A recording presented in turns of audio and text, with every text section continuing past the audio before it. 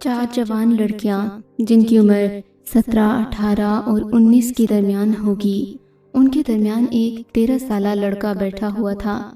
لڑکے کے چہرے پر معصومیت بھی تھی، عمر کا کچا پن بھی تھا اور ایک عجیب سی شاطرانہ مسکراہٹ بھی، مگر وہ مسکراہٹ کم اور گھبراہٹ زیادہ لگ رہی تھی۔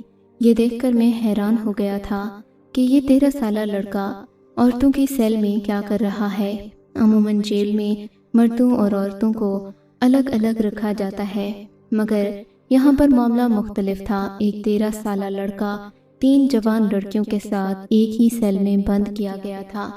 یہ بات کافی حیران کن تھی، جسے دیکھ کر میری حیرانگی کی انتہا نہ رہی۔ میں نے جیلر سے پوچھا، یہ کیا معاملہ ہے؟ عورتوں کی جیل میں اس لڑکے کا کیا کام ہے؟ اگرچہ اس کی عمر کم ہے، مگر پھر بھی اسے یا تو مردوں کی جیل میں ہونا چاہیے یا بچوں۔ میری بات سن کر جیلر نے انہیں حقارت بھری نظر سے دیکھا اور یہی بولا کہ ان کی سزا ایسی ہی ہونی چاہیے تھی، اسی وجہ سے اس لڑکے کو ان لڑکیوں کے ساتھ بند کر دیا گیا ہے۔ آپ کو اگر ان کے بارے میں مزید پوچھنا ہے تو آپ کو اس کے لیے خاص اجازت لینا پڑے گی، کیونکہ جس آدمی نے انہیں جیل میں بند کروایا ہے وہ کوئی عام نہیں بلکہ ایک فوجی افسر ہے۔ فوجی افسر؟ اس نے ان 4 لڑکیوں کو ایک لڑکے کے ساتھ یہاں کیوں بند کر دیا؟ میری بات پر اس نے بھی حیرت کا اظہار کیا اور کہنے لگا کہ میں اس سارے معاملے سے لا علم ہوں۔ میں دوبارہ سے جیل کی اسی سیل میں گیا اور جا کر اس لڑکے سے ہی پوچھا، تمہارا نام کیا ہے؟ میں اس سے نام پوچھ رہا تھا کہ ان 4 لڑکیوں نے اپنے اپنے چہرے پر نقاب ڈال لیا، گھونگھٹ آگے کر لیا، کچھ اس طرح سے کہ میں انہیں دیکھ نہ سکوں۔ مجھے یہ دیکھ کر بڑی عجیب سی حیرت ہوئی تھی۔ اگر اتنی ہی شرم و حیا والی ہیں یہ لڑکیاں، تو جیل میں کیا کر رہی ہیں؟ میں نے دل میں سوچا، مگر ان ساری باتوں کا کوئی فائدہ نہیں تھا۔ میں نے اس لڑکے کا نام پوچھا تو بیزاری سے بولا، تم کیا کرو گے میرا نام جان کر؟ کیا میری سزا کم کروا سکتے ہو؟ میں سزا کم کروانے تو نہیں آیا، تو پھر میں بھی تمہارا انٹرویو نہیں دوں گا۔ اس کا غصہ دیکھ کر مجھے عجیب سا لگا تھا۔ ان 4 لڑکیوں نے اپنے منہ لپیٹے ہوئے تھے، وہ بھی مجھ سے کوئی بات نہیں کر رہی تھیں۔ مجھے اب اس کیس میں مزید دلچسپی ہو رہی تھی۔ میں نے دل میں ٹھان لی کہ اگر میں نے انٹرویو کرنا ہے تو انہی 4 لڑکیوں اور اس 13 سالہ لڑکے کا کرنا ہے، وگرنہ مجھے کوئی اور کیس ڈھونڈنا پڑے گا۔ اس سے زیادہ دلچسپ کیس میں نے آج تک نہیں دیکھا تھا۔ میں جیلر کے پاس گیا، اس سے کہا کہ مجھے ان قیدیوں کی فائل دکھا دو۔ پہلے تو اس نے منمانی کی، پھر کچھ پیسوں کی عوض اس نے مجھے ان کی معلومات دینے پر رضامندی کا اظہار کر میری حیرت کی انتہا نہ رہی۔ وہ 4 لڑکیاں کوئی اور نہیں بلکہ آپس میں بہنیں تھیں۔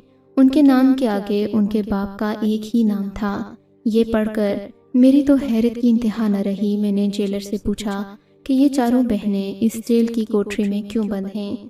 جی مجھے یہ تو نہیں پتا، ہاں مگر اتنا جانتا ہوں کہ یہ 4 مل کر اس لڑکے کو بہت کوستی ہیں۔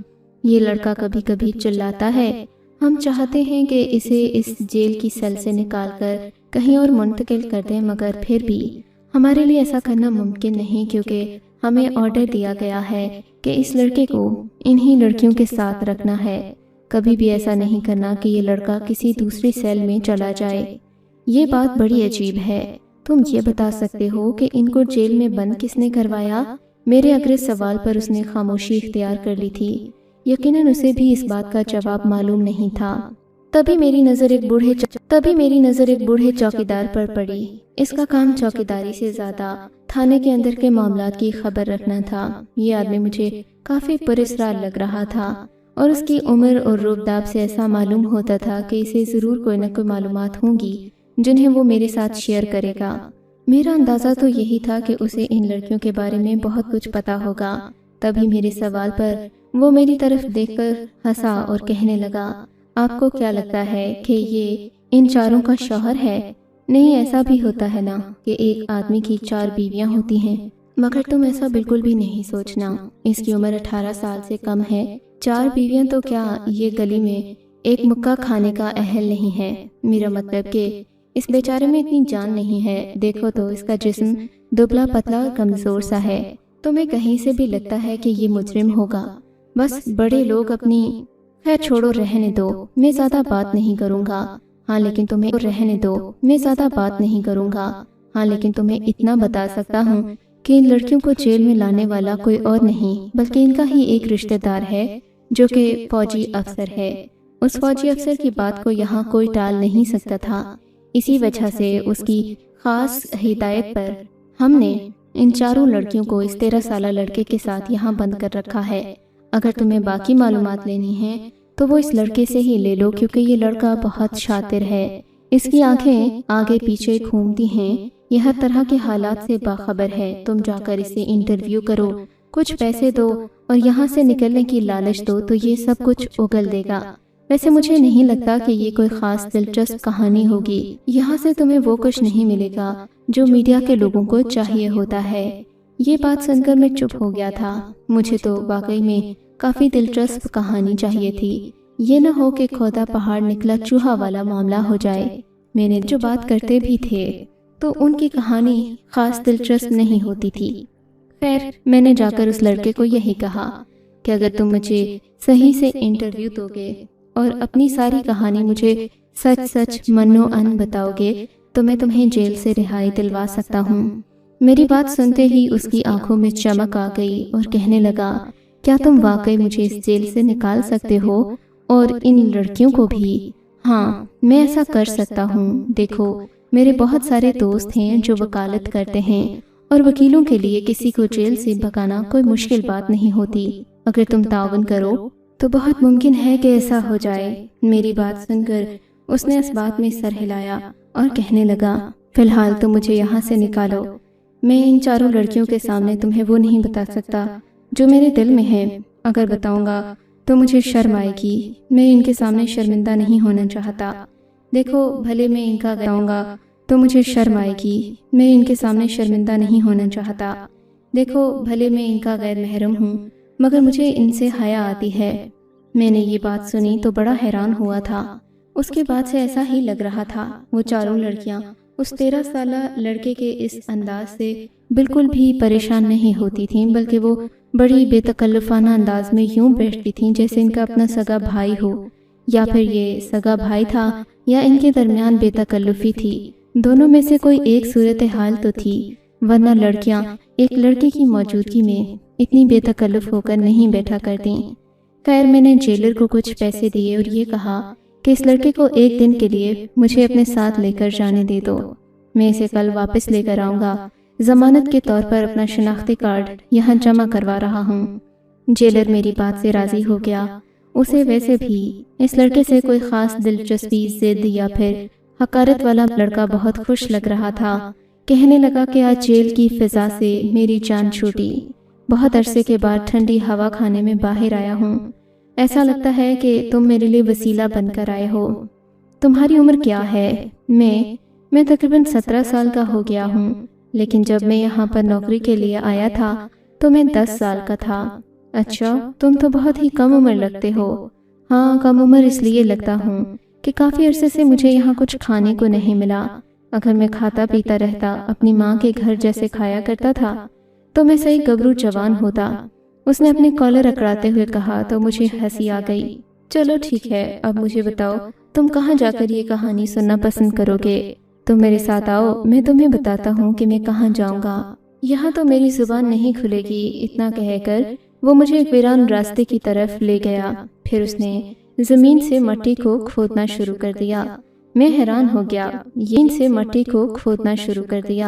میں حیران ہو گیا، یہ کیا کر رہے ہو؟ اگر تم میری کہانی سننا چاہتے ہو تو چپ چاپ کھڑے رہو، میں جو کر رہا ہوں مجھے کرنے دو۔ اتنا کہہ کر وہ دوبارہ سے مٹی کھودنا شروع ہو گیا۔ میں تو بس حونکوں کی طرح اسے دیکھتا ہی جا رہا تھا۔ کافی مٹی کھودنے کے بعد اس نے مٹی میں ہاتھ ڈالا اور پھر چھن چھن کی آواز آنے لگی۔ میں نے دیکھا چابیوں کا ایک بڑا گچھا تھا جو اس کے ہاتھ میں لہرا رہا تھا۔ یہ کیا ہے؟ میرے مالک کے گھر کی چابیاں ہیں، میں کبھی بھی اپنے مالکوں سے بے وفائی نہیں کرتا۔ تم چلو میرے مالک کے گھر چلو، وہیں بیٹھ کر بات کرتے ہیں، میں تمہیں چائے بنا کر دوں گا اور ساتھ ساتھ کہانی بھی سناؤں گا۔ تمہیں تو پتا ہے کہ میری کہانی کافی لمبی ہے، ہو سکتا ہے کہ کہانی سنتے ہوئے تمہیں بہت کچھ لکھنا پڑ جائے، اس لڑکے کے اعتماد پر میں حیران تھا۔ وہ تو ایسی باتیں کر رہا تھا جیسے کوئی 40 سال کا پختہ عمر کا مرد کیا کرتا ہے۔ تم نے اپنے مالک کے گھر کی چابیاں یہاں کیوں چھپائی ہیں؟ میری بات پر اس نے ٹھنڈی آہ بھری اور بولا، مجھے نیلم نے کہا تھا کہ یہ چابیاں یہیں پر دبا دینا۔ اگر کبھی ہم جیل سے نکلے تو اپنے گھر آنے کے لیے ہمیں کسی سے چابیاں مانگنا نہیں پڑیں گی، ہم یہیں سے چابیاں نکال لیں گے۔ مجھے اس کی بات پر بہت سخت حیرت ہوئی تھی۔ عموماً جیل جانے سے پہلے لوگ ایسی باتیں نہیں سوچتے، مگر حیرت کی بات تو یہ تھی کہ یہ لوگ جیل میں مطمئن بیٹھے تھے، وہاں سے نکلنے کی انہیں کوئی چاہ نہیں تھی۔ خیر، میں اس کے ساتھ آ گیا۔ اس نے چابیوں کے ان گچھے میں سے ایک چابی نکالی اور گھر کا دروازہ کھولا۔ گھر کے اندر سے عجیب سی بدبو اور خوشبو ملی جلی ہمک آ رہی تھی۔ میں نے دیکھا وہ گھر کافی ٹھنڈا تھا۔ اس گھر میں 3 کمرے تھے۔ وہ لڑکا آہستگی سے چلتا ہوا ایک کمرے میں گیا اور کہنے لگا، یہ کمرہ نیلم کا تھا۔ نیلم کون؟ میں نے پوچھا۔ وہ داروں اس جیل کی کال کوٹری میں پڑی ہیں۔ وہ رات مجھے آج بھی نہیں بھولتی۔ وہ جیسے لڑکھڑاتا ہوا آگے بڑھا اور ایک ٹوٹی پھوٹی کرسی پر بیٹھ گیا۔ میں بھی اس کے سامنے ہی بیٹھ کر اس کی باتیں سننے لگا۔ تب اس نے اپنی کہانی شروع کی۔ میری عمر 10 سال تھی جب میں گھر چھوڑ کر اپنے ماں باپ کے گھر سے بہت دور ایک ریلوے اسٹیشن پر آ کر بیٹھ گیا۔ میری تو معمولی سی لڑائی ہوئی تھی۔ میرا چچا مجھ پر ظلم کرتا تھا۔ ابا نوکری پر گھر سے بہت دور ہوتا تھا تو اماں کو چچا کی ہر بات ماننا پڑتی تھی۔ چچا تو مجھے اپنے ظلم کا خوب نشانہ بناتا اور پھر اماں سے یہی کہتا کہ میں غلط کاریوں میں پڑا ہوں وغیرہ وغیرہ۔ اماں بھی چچا کی بات پر اس لیے یقین کرتی کہ گھر میں اور کوئی مرد نہیں تھا، وہ اسی کی بات سنتی تھی، مگر چچا میرے ساتھ جان بوجھ کر ظلم کرتا تھا۔ ایک دن میں سب سے تنگ آ کر ریلوے اسٹیشن پر آ کر بیٹھا۔ پھر کب میں ٹرین میں سوار ہوا مجھے پتہ ہی نہیں چلا۔ آدھا راستہ گزر کے میں ٹرین میں سوار ہوا، مجھے پتہ ہی نہیں چلا۔ آدھا راستہ گزر گیا جب ٹرین کے ٹکٹ کنڈکٹر نے مجھ سے ٹکٹ مانگا۔ ٹکٹ تو میں اسے تب دکھاتا جب میں نے خریدا ہوتا۔ میں تو بس ویسے ہی بیٹھ گیا تھا، پتہ نہیں میری منزل کیا تھی اور میں کہاں جا رہا تھا۔ تبھی میں اپنے پاس بیٹھے ہوئے آدمی کے کندھے میں اپنا سر چھپانے لگا۔ اس آدمی کی عمر کوئی 50 سال سے زیادہ کی ہوگی۔ مجھے اپنے پہلو میں چھپتا دیکھ کر مجھ سے پوچھنے لگا، اوئے لڑکے، کہاں جا رہا ہے؟ مختصراً میں نے اس آدمی کو اپنی پوری کہانی سنا دی۔ میری کہانی سننے کے بعد وہ ذرا افسردہ ہو گئے اور کہنے لگے، تمہیں اس طرح اپنے گھر سے نہیں نکلنا چاہیے تھا۔ اچھا چلو میں اس ٹکٹ کلیکٹر سے بات کرتا ہوں، میں تمہیں اپنے گھر کے پاس کا ٹکٹ کٹا دیتا ہوں۔ میں آپ کے گھر جا کر کیا کروں گا صاحب جی؟ تو پھر کہاں جاؤ گے؟ اس آدمی نے مجھ سے سوالیہ انداز میں پوچھا تو میں خاموش ہو گیا۔ ایسا کرو تم میرے گھر چلو، میرے گھر میں کام اور چالاک ہو۔ اصل میں اپنے گھر میں کسی مرد کو نہیں لے کر جا سکتا کیونکہ میرے گھر میں 4 بیٹیاں ہیں۔ گاؤں کی کوئی عورت کسی کے گھر میں کام کرنا توہین سمجھتی ہیں، اسی وجہ سے میں کسی عورت کو بھی اپنی بیوی کے پاس نوکرانی کے طور پر نہیں رکھ سکتا۔ 4 بیٹیاں ہیں، اس وجہ سے گھر کا کام بہت زیادہ ہوتا ہے۔ میں نے 4 کو پڑھانے کا بیڑا بھی اٹھا رکھا ہے، بیٹیوں کو ان پڑھ نہیں دیکھنا چاہتا۔ اگر تم چاہو بیٹے تو میرے گھر چلو، میری بچیوں کے کپڑے وغیرہ دھونا ہوتے ہیں، گھر کے چھوٹے موٹے کام، جھاڑو پوچھا، سبزی کٹوانا، سودا سلف لانا وغیرہ وغیرہ۔ اگر تم یہ سارے کام کر سکتے ہو تو میں تمہیں اپنے گھر میں پناہ بھی دے سکتا ہوں۔ جو خود کھاؤں گا تمہیں کھلاؤں گا، جو خود پہنوں گا تمہیں پہناؤں گا۔ اس آدمی کی بات سن کر میرے دل پر بہت اثر ہوا۔ میں اپنے گھر میں صبح شام کام بھی کرتا تھا اور ذلیل بھی ہوتا تھا۔ میں نے سوچا کیوں نہ اس آدمی کی نوکری کر لی جائے، جب میں نوکری میں رہوں گا تو کم از کم 2-4 پیسے بھی جوڑ لوں گا، پھر کہیں اور چلا جاؤں گا۔ اس آدمی کی خدمت کروں گا تو یقیناً یہ میرے لیے کچھ نہ کچھ لازمی کرے گا، جس سے کہ آگے کی زندگی میری سکون سے گزر جائے گی۔ ظاہر ہے جب میں جوان ہو جاتا اس نے مجھے ہمیشہ اپنے گھر تو نہیں رکھنا تھا، پھر اس کی بیٹیاں بھی بڑی ہو جاتی۔ میں اپنے دل میں کئی خواب سوچنے لگا کہ جب اس آدمی کی بیٹیاں بیاہ کر اپنے اپنے گھروں کو چلی جائیں گی تو ہو سکتا ہے یہی مجھے اپنا بیٹا بنا لے۔ وہ آدمی اپنی مالی حالت سے کافی اچھا معلوم ہوتا تھا، اسی وجہ سے میں لالچ میں آ گیا کہ میں اسی کے گھر جا کر رہوں گا۔ چنانچہ وہ آدمی مجھے اپنے ساتھ گھر لے گیا۔ مغرب کا وقت تھا جب ہم لوگ گھر میں داخل ہوئے۔ جیسے ہی گھر میں داخل ہوئے تو 4 نوجوان اور کچھ جوان لڑکیاں اس آدمی کے ارد گرد آ کر کھڑی ہو گئیں، ابا ابا کرتی۔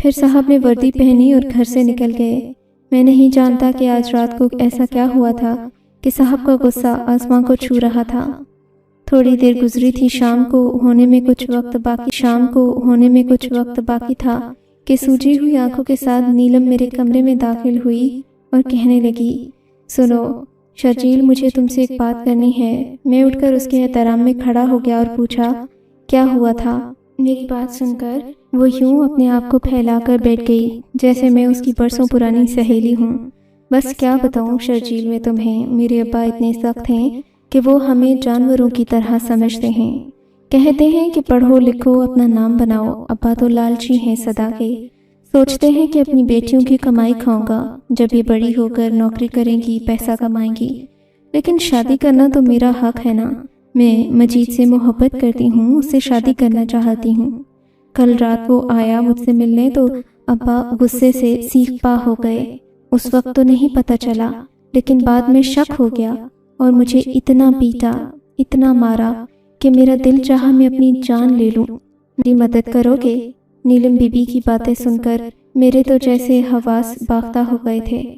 کام کر رہ گیا میں کہ اتنے اچھے باپ کی کتنی بے قدری کر رہی ہے یہ لڑکی۔ رات ہوئی تو اس نے اپنے اس قدم کو عملی جامہ پہنانے کا فیصلہ کر لیا۔ مجھ سے کہنے لگی کہ بس تم ایسا کرنا کہ چور چور کا شور مچانا۔ جس لمحے میں گھر کی دہلیز پار کروں گی، تم گملہ اٹھا کر سامنے مارنا اور کہنا کہ تم نے ایک چور کو دیکھا تھا، بعد کی بعد میں دیکھی جائے گی۔ نیلم بی بی نے مجھ سے یہ وعدہ اس لیے لیا کہ اگر میں نے اس کے ساتھ تعاون نہ کیا تو وہ اپنے ابا سے کہہ کر مجھے ہی پٹوائے گی۔ مجھے کیا تھا، ایک گملہ ہی تو مارنا تھا، میں نے یہی کیا۔ مگر اس بدقسمت اور منحوس لمحے میں جب میں نے گملہ اٹھا کر سامنے دیوار پر مارا، صاحب سامنے سے آ رہے تھے۔ مجھے نہیں پتا تھا کہ نیلم اپنے ہی باپ کی دشمن بنی پڑی ہے۔ میں نے جیسے ہی وہ گملہ مارا تو صاحب کے سر پہ لگ گیا زمین پر گر کر وہ تڑپنے لگے تو مجھے پچھتاوا ہوا کہ یہ میں نے کیا کر دیا۔ نیلم ادھر موقع پر ہی پکڑی گئی تھی۔ باپ کو تڑپتا دیکھ کر وہ بھی اپنی جگہ سے نہیں ہلی۔ بس پھر کیا تھا، صاحب کی جان گئی تو تحقیقات کے دوران ساری کہانی کھل کر سامنے آ گئی، مگر پھر حالات کی وجہ سے مجھے بھی اسی چکی میں پسنا پڑا۔ صاحب کی بیوہ کو یہی لگا کہ اس سب کا ذمہ دار میں ہوں۔ انہوں نے مجھے اپنی بیٹیوں سمیت جیل میں بھجوا دیا اور اب میں یہاں یہ سزا کاٹنے پر مجبور ہوں جس میں میرا جرم بہت معمولی سا ہے۔ میں تو یہاں نوکری کی غرض سے آیا تھا۔ میرا مقصد ہرگز صاحب کی بیٹیوں کو بہکانا نہیں تھا، لیکن جب انسان پر ایک الزام لگ جاتا ہے تو پھر کوئی اس کی بات نہیں سنتا۔ شرجیل تو خاموش ہو گیا، لیکن میں یہی سوچنے لگا کہ بدقسمت ہوتی ہے وہ اولاد جو ماں باپ کی برسوں کی محبت چھوڑ کر 2 دن کی محبت کے پیچھے